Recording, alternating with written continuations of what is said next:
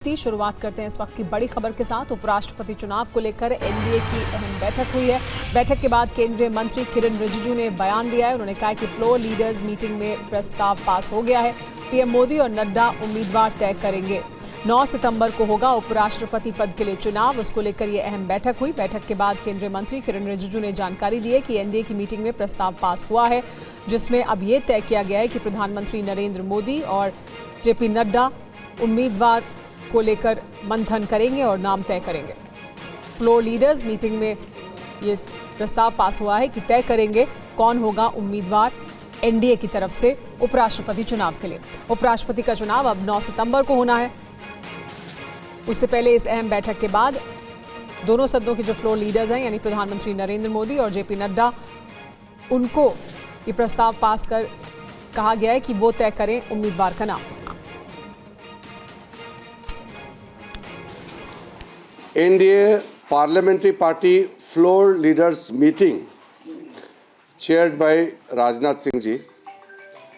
All the senior leaders, including the Honorable Home Minister Amit Shah ji, Leader of the House in Rajya Sabha JP Nadda ji, and all the floor leaders of NDA party attended the meeting. In the meeting, it was unanimously decided that the NDA party has given authorization to start the process, including the selection of candidate to Honorable Prime Minister and Leader of the House in Rajya Sabha, JP Nadda ji. The decision and the course taken by the Honorable Prime Minister will be accepted by all the NDA parties. Uttarakhand के धराली में तबाही के बाद अब जिंदगी की तलाश जारी है। रेस्क्यू ऑपरेशन में सेना की टीमें युद्ध स्तर पर जुटी हुई हैं। त्रासदी के तीसरे दिन धराली गांव में बर्बादी और तबाही के खौफनाक निशान नजर आए। आज की लेटेस्ट रिपोर्ट देखिए। ड्रोन से कैप्चर की गई इन तस्वीरों को देखिए। हर तरफ मलबा बिखरा पड़ा है, पूरा इलाका वीरान पड़ा है। सन्नाटे को चीरती ये तस्वीरें देखकर कलेजा बैठ रहा है। मकान, दुकान, होटल, सड़क, खेत, सब पर सैलाब ने प्रहार किया। जो इसकी आहट पहचान गया वो बच गया, लेकिन जिसके पास ये दबे पांव आई वो या तो बह गए या फिर ऊपर से आए मलबे में फंस गए। अब मलबे के बीच जिंदगी के लिए जद्दोजहद चल रही है। धराली में तबाही के बाद का ये नया वीडियो है। बर्बादी के बाद धराली में तीसरे दिन की तस्वीरें। धराली की सड़क पर कई फीट मलबा जमा है।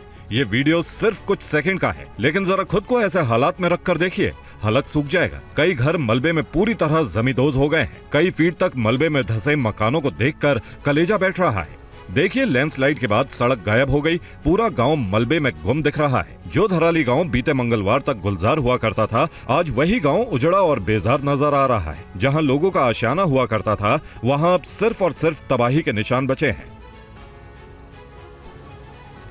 और उत्तराखंड के सीएम पुष्कर सिंह धामी ने थोड़ी देर पहले उत्तरकाशी के मालती हेलीपैड का जायजा लिया है और रेस्क्यू के जरिए यहां लाए गए लोगों से बात की है। पुनीत शर्मा की ग्राउंड रिपोर्ट देखिए। धराली हादसे के बाद जिन लोगों को रेस्क्यू करके लाए हैं मुख्यमंत्री पुष्कर सिंह धामी, उन सभी रेस्क्यू करने वाले लोगों से यहाँ हालचाल ले रहे हैं, पूछताछ कर रहे हैं और तमाम जो दिशा निर्देश हैं वो सब यहाँ पर मुख्यमंत्री लोगों को दे रहे हैं। आप देख सकते हैं कि तमाम लोगों की आंखों में आंसू हैं, जो गुहार लगा रहे हैं मुख्यमंत्री से कि किसी भी तरीके से उनके जो परिजन हैं उन लोगों का पता लगाएं और उन लोगों को सुरक्षित यहाँ पर लेके आएँ। पुष्कर सिंह धामी लोगों को सांत्वना दे रहे हैं, उम्मीद जगा रहे हैं कि किसी भी कीमत पर जल्द से जल्द लोगों को रेस्क्यू करके लाएंगे। तो आप देख सकते हैं कि तमाम जो लोग हैं उन लोगों से रेस्क्यू करने के बाद जिन लोगों को लेकर के आए हैं, धामी जी यहाँ पर मुख्यमंत्री साहब सबसे यहाँ पर मुलाकात कर रहे हैं और जल्द से जल्द पूरा रेस्क्यू ऑपरेशन करने की बात करें। 274 लोगों को अभी तक रेस्क्यू किया जा चुका है। सभी की बात यहाँ पर मुख्यमंत्री साहब सुन रहे हैं और सभी को सांत्वना दे रहे हैं कि जल्द से जल्द जो लोग हैं वो लोग ढूंढ कर उनको ले करके आया जाएगा। मातली हेलीपैड पर 8 हेलीकॉप्टरों से रेस्क्यू का काम चल रहा है। बड़ी संख्या में लोगों को धराली और आसपास के इलाकों से निकाला गया है। देखिए पुनीत शर्मा की ये लेटेस्ट ग्राउंड रिपोर्ट। ये उत्तरकाशी का मताली जगह है और यहीं पर स्पेशल यहाँ पर पूरा बेस बनाया गया। आप देखेंगे यहीं से हेलीकॉप्टर के जरिए लोगों को बचाया जा रहा है, रेस्क्यू किया जा रहा है। 7 हेलीकॉप्टर, एक MI-17 और चिनूक हेलीकॉप्टर के जरिए रेस्क्यू ऑपरेशन चला जा। आपके सामने तस्वीरें हैं कि किस तरीके से बारी बारी से ये जो हेलीकॉप्टर्स हैं ये जा रहे हैं। 5 हेलीकॉप्टर आपको सामने इस वक्त नजर आ रहे हैं और ये वही हेलीकॉप्टर हैं जो अब फंसे हुए लोगों को यहाँ से निकाला। आपके सामने इस हेलीकॉप्टर से अभी अभी लोगों को रेस्क्यू करके लेके आए। इसके अलावा NDRF की ये वो टीम है जो दिल्ली से आई है और धराली में जाकर के वहाँ पर मलबे में फंसे हुए लोगों को निकालेगी। इसके अलावा जो आर्मी के 10 जवान लापता हैं उनकी भी खोज कोई और नहीं बल्कि ये NDRF की स्पेशलाइज्ड टीम करेगी और उसके लिए बाकायदा कुत्तों भी दिल्ली के आए हैं। आप देखिए ये जो कुत्ते नजर आ रहे हैं ये दिल्ली से स्पेशलाइज्ड कुत्ते आए हैं ताकि जो भी मलबे में फंसी हुई जिंदगी है, जो भी मलबे में फंसे हुए लोग हैं, उन लोगों का ये कुत्ते पता लगा सके। और धराली में जारी रेस्क्यू ऑपरेशन के बीच एक राहत भरी खबर है। गंगोत्री हाईवे पर लैंडस्लाइड से जबरदस्त नुकसान पहुंचा था, अब यह हाईवे फिर से शुरू हो गया। धराली में आई भीषण आपदा की तस्वीरें तो पूरी दुनिया ने देखी। इसके अलावा भी पूरे उत्तरकाशी जिले में आपदा आई हुई है। जगह जगह रोड टूट गए, पुल बह गए। पैदल चलने का मतलब जान जोखिम में डालने जैसा है। जगह जगह लैंडस्लाइड का मलबा दिख रहा है। रास्ते इस कदर अपनी शक्ल खो चुके हैं कि उन्हें पहचानना भी मुश्किल है। भटवाड़ी के पास भी भीषण सैलाब के साथ पूरा पुल बह गया, जिसे दोबारा बनाने के लिए युद्ध स्तर पर काम जारी है। तो उत्तरकाशी के पापड़गाड़ का हाईवे फिलहाल खोल दिया गया है। गंगोत्री हाईवे का रूट खोलने पर 3 ट्रक वैली पुल लेकर गंगनानी के लिए रवाना हुए हैं। इन ट्रकों में रखे सामान से गंगनानी पुल बनाने का काम तेज होने वाला है, यानी अगले कुछ घंटे में गंगनानी पुल ठीक हो जाएगा। सेना की टीमें इस पुल को बनाने में जुटी हैं। गंगनानी का पुल दुरुस्त होने के बाद धराली पहुंचना आसान हो जाएगा, जिससे राहत और बचाव के काम में तेजी आएगी और सड़क के रूट से भी धराली पहुंचना आसान हो जाएगा। जहां भटवाड़ी में एक तरफ काम चल रहा है युद्ध स्तर पर और सड़क को ठीक करने का प्रयास किया जा रहा है, तो गंगनानी का ये वो पुल है जो कि कल जो है यहां से बह चुका है पूरी तरीके से। हर्षल में फंसे लोगों का रेस्क्यू जारी है। पीड़ितों को मताली हेलीपैड पर मेडिकल सुविधाएं भी मिल रही है। पुनीत शर्मा की एक और ग्राउंड रिपोर्ट देखिए। 2 दिन से फंसे हुए थे, तनाव में थे, खाने पीने का कोई तरीका नहीं था, तो यहाँ पर पूरी मेडिकल की टीम मौजूद है और आप देखिए ये लोग भी हैं जो मेडिकल के अधिकारी हैं वो यहाँ पर हैं। उन लोगों को अकॉर्डिंग टू उनके बीमारी के हिसाब से चीज़ें दी जा रही है। मेडिकल इक्विपमेंट्स यहाँ पर हैं और फर्स्ट एड देने के बाद इनको बड़े अस्पताल में अगर कोई गंभीर है तो उसको भर्ती कराया जा रहा है। लोग यहाँ पर इलाज कर रहे हैं बाकायदा उनका। आप कहाँ पर फंसी हुई थी? हम मुखबा में धराली में। हाँ जी, पूरा अपने आँख से देखा जब सैलाब आया? सब अपने आंखों से देखा, आंखों देखे हाल है सर। बहुत नुकसान हुआ धराली में, तो हमारे सामने कितने लॉज, घर, मकान, आदमी सब बह गए। बहुत नुकसान हुआ सर। आपने अपनी जान कैसे बचाई? कौन कौन था आपके पास? इस पल्ले गांव में रहते ना सर, मुखबा गांव में, तो वहाँ ऐसा नहीं हुआ, लेकिन मतलब हमारे पड़ोस गांव है ना, बीच में नदी है। अपनी आँखों से सब देखा सैलाब कैसे आया? वो एकदम किसी को मौका ही नहीं मिला सर भागने का। मार्केट से आए वो सीधे ऊपर से एकदम, जब तक कोई मतलब सीटी साटी बचा रहे थे तब तक वो सैलाब आ गए और एकदम सब बह गए सर। धराली में आई त्रासदी के बाद युद्ध स्तर पर रेस्क्यू ऑपरेशन चलाया जा रहा है। मौके पर राहत और बचाव की टीमें काम में जुटी हैं। वहीं सड़क मार्ग से पहुंचने वाली मदद में अड़चनों का सामना करना पड़ रहा है। देखिए धराली का लेटेस्ट अपडेट। धराली गांव मलबे में दफन है। आसपास न सड़क बची है न बाजार। जहां नजर उठाओ सिर्फ 20 फीट का मलबा और दिल चीरने वाला सन्नाटा है। जेसीबी जैसी बड़ी मशीनें 36 घंटे बाद भी नहीं पहुंच पाई। आर्मी के जवान हाथों से बड़े बड़े बोल्डर्स मलबे को हटा रहे हैं और जिंदगियां खोज रहे हैं। मंगलवार की दोपहर जिस वक्त सैलाब आया उस वक्त गांव के लगभग सभी बुजुर्ग 300 मीटर दूर पूर्वजों के मंदिर में सामूहिक पूजा कर रहे थे। वो बच गए, लेकिन गांव में मौजूद ज्यादातर युवा, कारोबारी और पर्यटक सैलाब के प्रहार का शिकार हो गए। अब पूरा ऑपरेशन सेना को सौंप दिया गया है। गंगोत्री राष्ट्रीय राजमार्ग पर गंगनारी के पास पुल भी बह गया। सेना वैली ब्रिज बना रही है। इस पुल से धराली गांव तक मदद पहुंचने लगेगी। वहीं धराली में आई आपदा के बाद अब आगे रेस्क्यू के लिए एसडीआरएफ की तरफ से क्या तैयारी की गई उसकी जानकारी एसडीआरएफ आईजी अरुण मोहन जोशी ने दी है। आज हम लोग वेट कर रहे हैं, जो हमारी एडवांस टीम है जो इक्विपमेंट्स लेके आ रही है। अगर रोड्स खुल जाएंगे तो वो टीम पहुंच जाएगी। उसके बाद रेस्क्यू का काम बड़ी तेजी से होगा। और धराली में राहत और बचाव का काम लगातार जारी है। खराब मौसम के बीच एनडीआरएफ की टीमें कैसे इस मुश्किल चुनौती का कर रही हैं सामना, एनडीआरएफ के डीआईजी मोहसिन शाहिदी से जानिए। बनी हुई है एनडीआरएफ की महत्वपूर्ण भूमिका इस पूरे रेस्क्यू ऑपरेशन में। सर, किस तरीके से काम किया जा रहा है अभी? देखिए, ग्राउंड ज़ीरो में अभी एनडीआरएफ की 4 टीमें मौजूद हैं और जो ख़ास अभी ऑपरेशन हो रहा है उसमें उसके 2 पहलू हैं। एक जो सर्च एंड रेस्क्यू ऑपरेशन हो रहा है उसमें ख़ास तौर पर जो लोग मिसिंग हैं उनकी खोज हो रही है। उसके लिए मैनुअल सर्च भी हो रहा है जहाँ पर पिन पॉइंट इन्फॉर्मेशन हमें है, और जो हैवी मशीनरी है वहाँ पर मौजूद है उसका भी वहाँ पर एम्प्लॉयमेंट हो रहा है। इसके अलावा जो गंगोत्री एक्सिस में जो लोग फंसे हैं उनको भी जॉइंट ऑपरेशन में उनको निकालने की कार्रवाई चल रही है। तो ये 2 महत्वपूर्ण ऑपरेशंस चल रहे हैं। इस पर आज चूँकि मौसम साफ़ है तो ऑपरेशन में जो है अभी गति आई है और हमें पूरी उम्मीद है कि अगले 2 दिन में भी मौसम साफ़ रहेगा और बेहतर ढंग से हम काम कर सकेंगे। किस तरीके से अगर हम कहें कि पहुंचा कैसे जा रहा है और फिर लोगों को निकाला किस तरीके से जा रहा है? ये एक चैलेंज रहता है हमेशा, और इसलिए जो हमारे रेस्क्यूअर्स हैं वो फिट हैं और टेरेन मूवमेंट करना पड़ता है कई बार हैवी इक्विपमेंट्स लेकर के, वो कार्रवाई यहाँ पर हो रही है। और उत्तराखंड के पौड़ी गढ़वाल में भी कुदरत का कहर टूटा है। आज सीएम पुष्कर सिंह धामी ने मौके पर पहुंचकर हालात का जायजा लिया है। उत्तराखंड में कुदरत का कहर जारी है। उत्तरकाशी के हर्षिल और धराली में बादल फटने से तबाही मची है, तो पौड़ी गढ़वाल में मूसलाधार बारिश और लैंडस्लाइड के कारण जनजीवन अस्त व्यस्त हो गया है। कई लोग मलबे में फंसे हुए हैं, जिनको बचाने के लिए युद्ध स्तर पर राहत और बचाव अभियान चलाया जा रहा है। आज उत्तराखंड के सीएम पुष्कर सिंह धामी पौड़ी गढ़वाल पहुंचे, जहां उन्होंने आपदा प्रभावित लोगों से मुलाकात की और हालातों का जायजा लिया। साथ ही पीड़ितों को हर संभव मदद का भरोसा दिया। इससे पहले सीएम धामी ने उत्तरकाशी में आपदा प्रभावित लोगों का रेस्क्यू कर बाहर निकाले गए पर्यटकों से भी मुलाकात की थी। फिर उन्होंने रेस्क्यू मिशन में जुटी सेना, आईटीबीपी और एसडीआरएफ की टीम से मुलाकात कर रेस्क्यू ऑपरेशन के बारे में जानकारी ली। सीएम धामी लगातार राहत बचाव कार्यों की खुद मॉनिटरिंग कर रहे हैं और पल पल के अपडेट के साथ जरूरी दिशा निर्देश दे रहे हैं। वहीं मौसम साफ होने के बाद रेस्क्यू ऑपरेशन को तेज कर दिया गया है। उत्तराखंड के रुड़की में पहाड़ों से आ रहे पानी का असर दिखने लगा है। हालात को देखते हुए प्रशासन हर तरह की चुनौतियों से निपटने के लिए तैयार है। पहाड़ी इलाकों में लगातार हो रही बारिश के कारण जनजीवन अस्त व्यस्त हो गया है। वहीं बारिश का असर अब मैदानी इलाकों में भी दिखना शुरू हो गया है। तस्वीर उत्तराखंड के रुड़की की है, जहां लगातार हो रही बारिश के चलते नदी नाले उफान पर आ गए।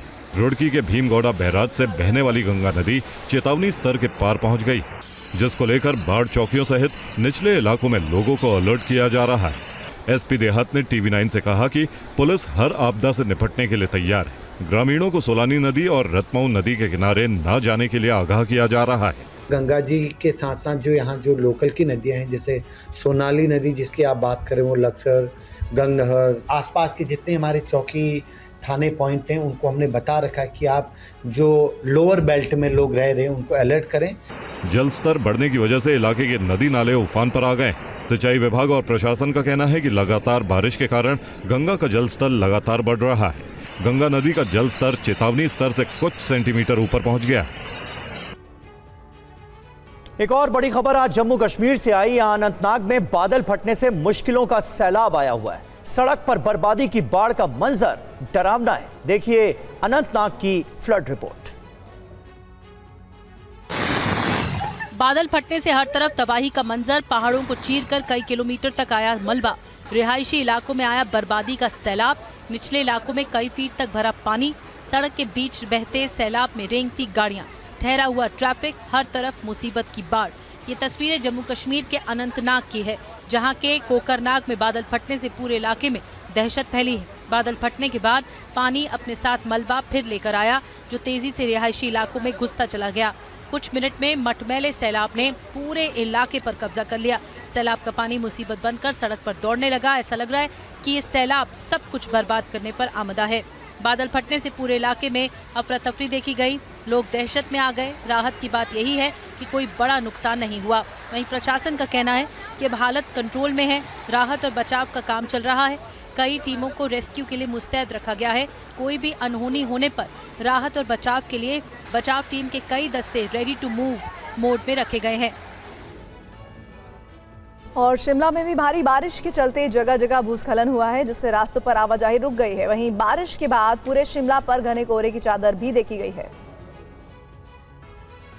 तस्वीरें हिमाचल प्रदेश के शिमला के रामपुर में हुए लैंडस्लाइड की हैं। दरसाल क्षेत्र में बादल फटने से हड़कंप मच गया। भूस्खलन से तकलेच बाजार के बीचों बीच बहने वाले नोगली नाले में अचानक बाढ़ आ गई। पानी का तेज बहाव नीचे इलाकों की ओर बढ़ा, जिसके चलते अफरा तफरी मच गई। लोगों को सुरक्षित ठिकानों पर पहुंचाया गया। अचानक आई बाढ़ के चलते सड़क पर काफी मात्रा में कीचड़ और पत्थर जमा हो गए, जिससे गाड़ियों की आवाजाही रुक गई। हालांकि घटना में किसी के हताहत होने की खबर नहीं है। शिमला समेत हिमाचल के कई जिलों में बारिश का मौसम बना हुआ है। 8 और 9 अगस्त को ऊना, चंबा, कांगड़ा, सिरमौर और सोलन के कुछ हिस्सों में बारिश का अनुमान जताया गया है। 5 अगस्त तक राज्य में सामान्य से 38% तक ज्यादा बारिश दर्ज की गई है। वहीं आज सुबह शिमला का मौसम अचानक से बदल गया। पूरा शहर घने कोहरे की चादर में ढक गया। धुंध के चलते शहर भर में विजिबिलिटी कम होने से लोगों को परेशानी का सामना करना पड़ा। धुंध और कोहरे के चलते लोगों को अलर्ट रहकर गाड़ी ड्राइव करनी पड़ रही है। शिमला प्रशासन ने भी लोगों से सतर्कता बरतने को कहा है। बिहार के सारण में गंगा और गंडक नदी उफान पर है, जिसके कारण हजारों लोग बाढ़ की चपेट में आ गए हैं। मॉनसून ने प्रचंड रूप दिखाना शुरू कर दिया है। बारिश आफत बनती जा रही है। जहां गाड़ियां फर्राटा भरती थी, वहां सैलाब का कब्जा है। ये सफर जानलेवा हो सकता है, लेकिन इसके बावजूद लोग जान हथेली पर लेकर आवाजाही करने पर मजबूर हैं। अगर जरा सी चूक हुई तो बड़ा हादसा हो सकता है। ये तस्वीर सारण की सोनपुर की है, जहां गंगा और गंडक नदी उफान पर है। दियारा इलाके में हालात बिगड़ते जा रहे हैं। किसानों की फसल बर्बाद हो गई है। क्या घर, क्या खेत, खलिहान सब डूब चुके हैं। सोनपुर में सबलपुर दियारा क्षेत्र के 5 पंचायत बाढ़ की चपेट में है। राहर दियारा चौक जाने वाली सड़क पर 2 से 3 फीट तक पानी भरा है। वहीं सड़क पर बाढ़ का पानी आ जाने के कारण सबलपुर से सोनपुर प्रखंड मुख्यालय से पूरी तरह संपर्क कट चुका है। आने जाने में सभी लोगों को परेशानी हो रही है। हाँ, अभी परेशानी हो रही है। इसके लिए नाव चाहिए। आने जाने के लिए पब्लिक को असुविधा हो रही है। हालात ऐसे हैं कि लोग पलायन कर सुरक्षित ठिकाने की तलाश कर रहे हैं। दूसरी तरफ गंगा और गंडक नदी का जलस्तर तेजी से बढ़ रहा है। और राहुल गांधी के आरोपों पर भारतीय जनता पार्टी का जवाब आ गया है। राहुल गांधी के आरोप लोकतंत्र पर हमला है, ये कहा है बीजेपी ने। कहा गया है बीजेपी की तरफ से कि राहुल गांधी चुनाव आयोग को धमका रहे हैं। वोटिंग को लेकर राहुल गांधी के मन में संदेह है।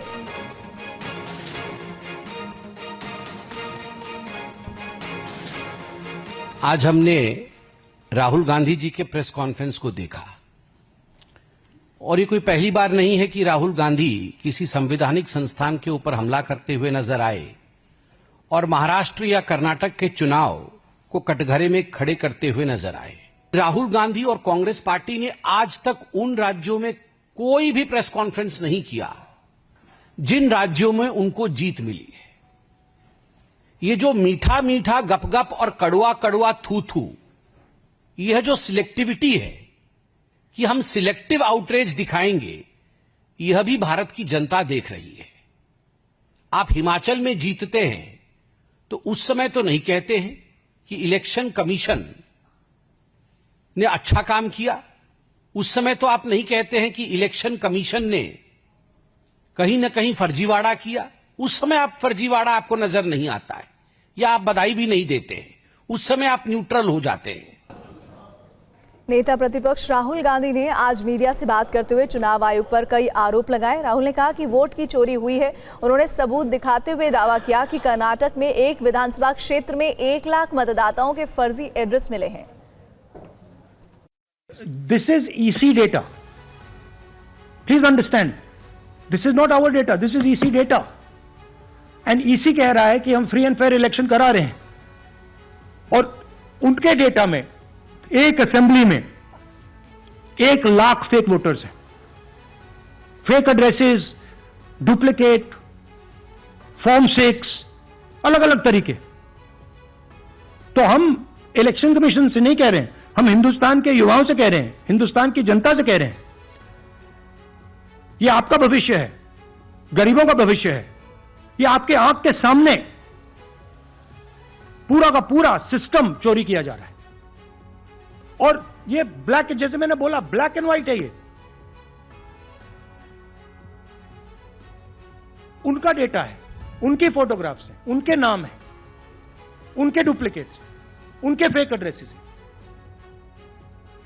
राहुल गांधी ने कहा है कि 5 तरीके से वोटों की चोरी होती है। उन्होंने क्या बताया, आइए सुनिए।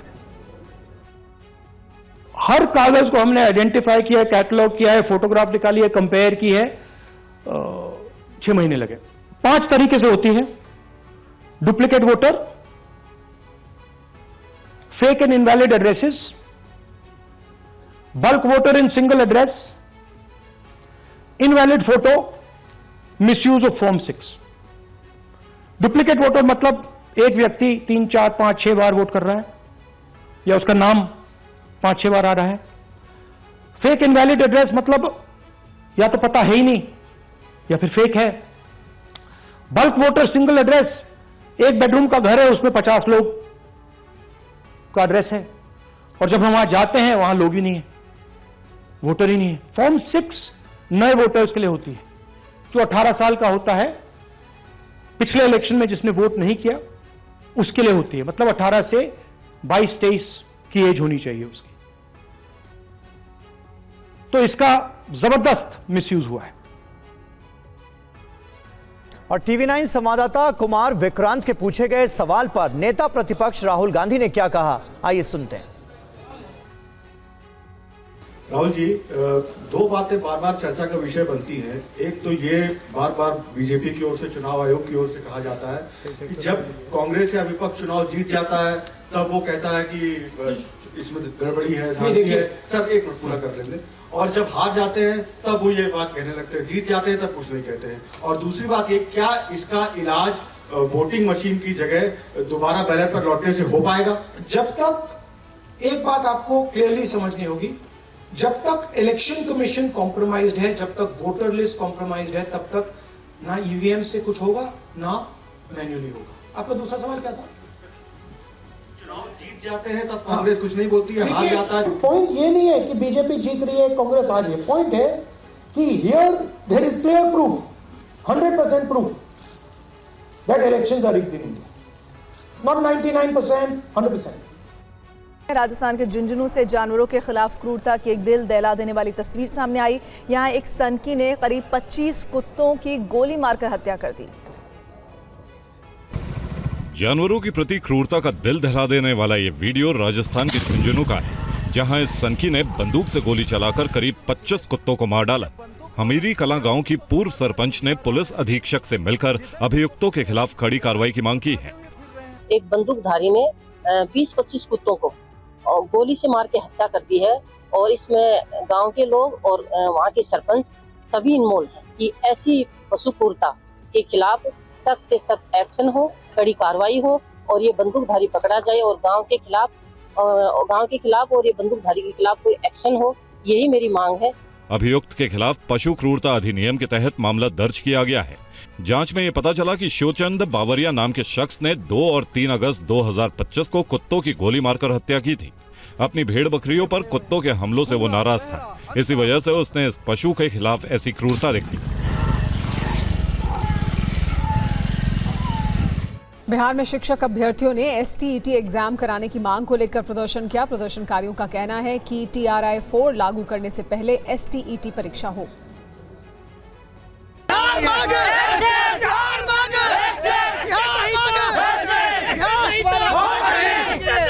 STET परीक्षा की मांग को लेकर पटना की सड़कों पर ये अभ्यर्थी सरकार के खिलाफ प्रदर्शन कर रहे हैं। नारे लगा रहे प्रदर्शनकारियों का साफ कहना है कि बिना STET कराए फ्री 4 एक छलावा है। सैकड़ों की संख्या में प्रदर्शन कर रहे अभ्यर्थियों को पुलिस ने पटना के JP गोलंबर के पास बैरिकेडिंग कर रोक दिया। छात्र आगे बढ़ना चाहते थे लेकिन प्रशासन ने उन्हें इसकी इजाजत नहीं दी।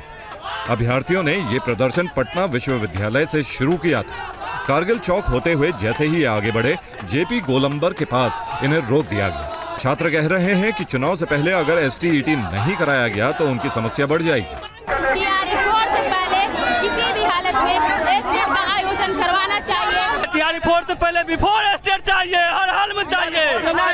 TRI 4 का पहले नोटिफिकेशन जारी करो या 2030 का तैयारी करो। 22-24 जून में बोले, जनवरी में बोले, अभी तक नहीं कराए, हम लोग को टालते जा रहा है।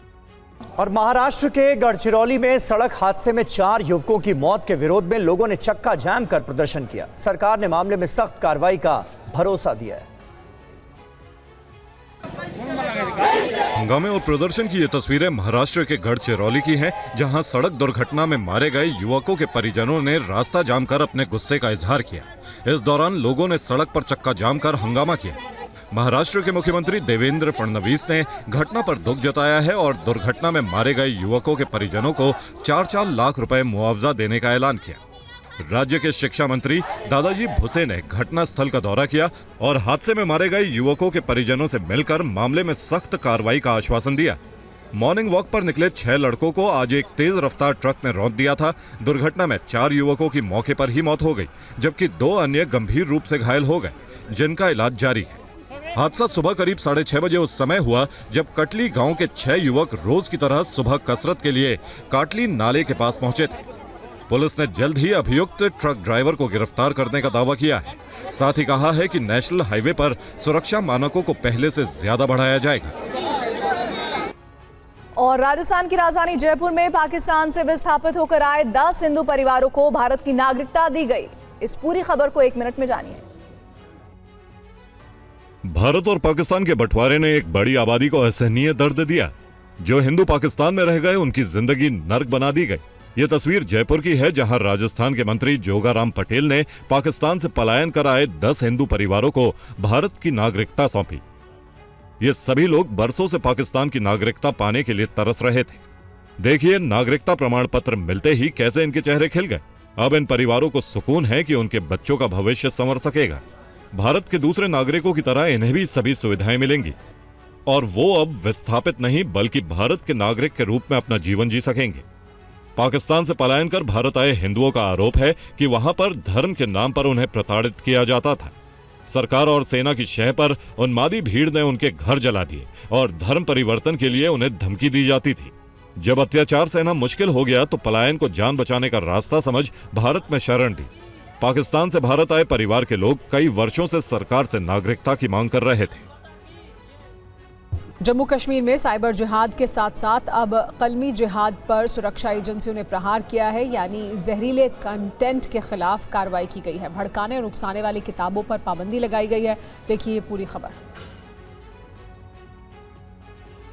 जम्मू कश्मीर में सरकार ने 25 किताबों को बैन कर दिया है। इन किताबों में अरुंधति रॉय और संवैधानिक विशेषज्ञ एजी नूरानी की बुक भी शामिल है। इन पुस्तकों को जब्त करने का भी आदेश दिया गया है। गृह विभाग की ओर से जारी एक आदेश में कहा गया है, सरकार के संज्ञान में आया है कि कुछ साहित्य जम्मू कश्मीर में झूठे विमर्शों और अलगाववाद का प्रचार करते हैं। अब जम्मू कश्मीर गृह विभाग ने 25 ऐसी किताबों को भी प्रतिबंधित घोषित कर दिया है, जिसमें सरकार के अनुसार कलम से जिहाद फैलाया जा रहा था और ऐसे विवादित मौजू को जो है या विवादित टॉपिक्स को छेड़ा जा रहा था। सरकार के इस कदम का स्थानीय लोगों ने भी समर्थन किया है। टेररिज्म सिर्फ बंदूक के ज़रिए से नहीं हुआ, कलम के ज़रिए से हुआ और उसमें कुछ ऑथर्स ने इन चीज़ों को ग्लोरीफाई करने की कोशिश की है और तब तो अब ये तभी होना चाहिए था बैन, लेकिन देर आए दुरुस्त आए। ग्लोबल जो इश्यूज अभी बहुत ही अहम है उनके हवाले से थी।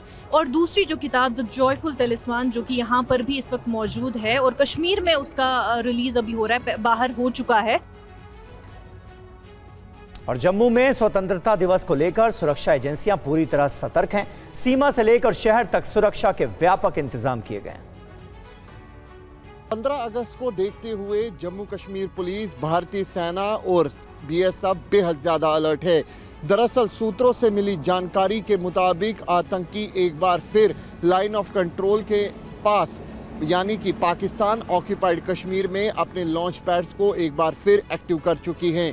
15 अगस्त से ठीक पहले आतंकी बड़ी साजिश की फिराक में है। लाइन ऑफ कंट्रोल पर भारतीय सेना, अंतर्राष्ट्रीय सीमा पर बीएसएफ बेहद ज़्यादा अलर्ट हैं। सूत्रों से मिली जानकारी के मुताबिक एक बार फिर आतंकियों ने ऑपरेशन सिंदूर के बाद अपने लॉन्च पैड्स को एक्टिव किया है। सूत्र ये कहते हैं कि यहाँ पर तकरीबन 40 से 50 आतंकी सक्रिय है। 15 अगस्त बेहद ज़्यादा नज़दीक है। ऐसे में सुरक्षा एजेंसियों को लगातार इस तरीके के इनपुट्स मिल रहे हैं कि आतंकी बड़ी साजिश के फिराक में है, जिसके चलते जम्मू कश्मीर पुलिस ने अपनी चौकसी जो है, अलर्टनेस ज़्यादा कर दी है। और अब खबर जम्मू कश्मीर से, जहां उधमपुर में एक महिला की बेरहमी से पिटाई का वीडियो वायरल होने के बाद अभियुक्त को गिरफ्तार कर लिया गया है। अभियुक्त पर दहेज के लिए पत्नी की पिटाई का आरोप है।